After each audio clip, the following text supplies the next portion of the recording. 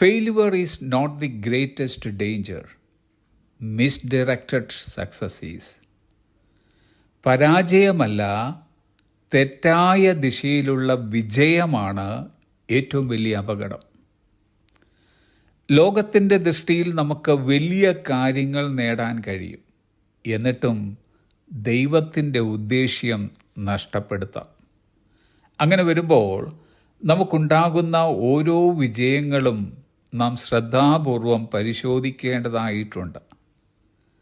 ദൈവത്തെ മഹത്വപ്പെടുത്താത്ത സമ്പത്ത്, അംഗീകാരം, പദവി ഇവയൊക്കെ വലിയ അപകടകാരികളാണ്. ദൈവത്തിൻ്റെ ഉദ്ദേശ്യത്തെ നഷ്ടപ്പെടുത്തിക്കൊണ്ടുള്ള ഒരു വിജയവും യഥാർത്ഥത്തിൽ വിജയമല്ല, തോൽവിയാണ്. ദൈവം വിജയത്തെ നിർവചിക്കുന്നത് നമ്മൾ എന്ത് നേടി എന്നതിൻ്റെ അടിസ്ഥാനത്തിലല്ല, മറിച്ച് അവൻ്റെ വിളിയിൽ നാം എത്ര വിശ്വസ്തയോടെ നടക്കുന്നു എന്നതിൻ്റെ അടിസ്ഥാനത്തിലാണ്.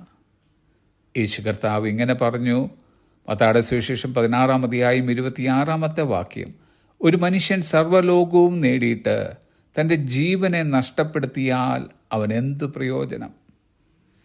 ഇവിടെ ഈ മനുഷ്യന് സംഭവിച്ചത് തെറ്റായ ദിശയിലുള്ള വിജയമാണ്. തന്നിമിത്തം നഷ്ടപ്പെടുത്തിയതോ തൻ്റെ ആത്മാവിനെ തന്നെയാണ്. ഇവിടെ നമുക്കൊരു ഭയമുണ്ടാകണം.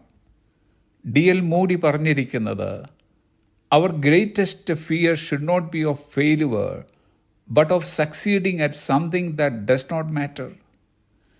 നമ്മുടെ ഏറ്റവും വലിയ ഭയം പരാജയത്തെക്കാളും പ്രാധാന്യമില്ലാത്ത കാര്യത്തിൽ വിജയിക്കുന്നതിനെക്കുറിച്ചായിരിക്കണം. ശലോമോന് ധാരാളം സമ്പത്തും പദവിയും പ്രശസ്തിയും ഉണ്ടായിരുന്നിട്ടും ഹാ മായ മായ, സകലവും മായയത്രേ എന്ന് പറയേണ്ടി വന്നു. ഉൽപ്പത്തി പുസ്തകം 11-ാം അധ്യായത്തിൽ കാണുന്ന ബാബേൽ ഗോപുരം മനുഷ്യർ ഒന്നിച്ച് പണിയുന്നതിൽ വിജയിച്ചു. പക്ഷേ അവരുടെ വിജയം അർത്ഥശൂന്യമായിരുന്നു.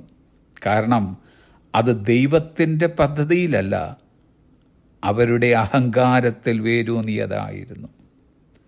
ശൗൽ എന്ന പൗലോസ് ഒരു പരീശൻ എന്ന നിലയിൽ ക്രിസ്തുവിനെ കാണുന്നതിന് മുമ്പ് ഒരു വിജയമായിരുന്നു. എന്നാൽ യേശുവിനെ കണ്ടുമുട്ടിയ അനന്തരം അദ്ദേഹം പറഞ്ഞു, ഫിലിപ്പിയർക്ക് എഴുതിയ ലേഖനം 3-ാം അധ്യായം 7-ാം വാക്യം, എങ്കിലും എനിക്ക് ലാഭമായിരുന്നതൊക്കെയും ഞാൻ ക്രിസ്തു നിമിത്തം ഛേദമെന്നെണ്ണിയിരിക്കുന്നു. Success without God is a real failure. ദൈവത്തെ കൂടാതെയുള്ള വിജയം ഒരു യഥാർത്ഥ തോൽവിയാണ്. ദൈവത്തിൻ്റെ ഉദ്ദേശ്യത്തിൽ നടക്കുന്നതിലൂടെയാണ് യഥാർത്ഥ വിജയമുണ്ടാകുന്നത്. ലോകം അതിനെ ചെറുത് എന്ന് വിളിച്ചാലും.